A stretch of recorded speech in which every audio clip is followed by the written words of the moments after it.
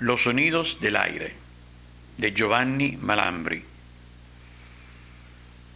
Parados sobre el muro de rosas, cargados de tuna, con el cielo por techo, a escuchar el silencio del eco.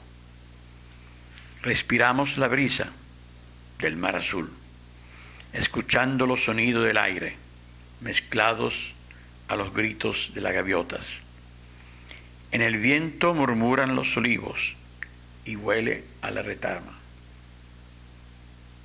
Las olas del mar se erizan con nuestros sueños y emociones.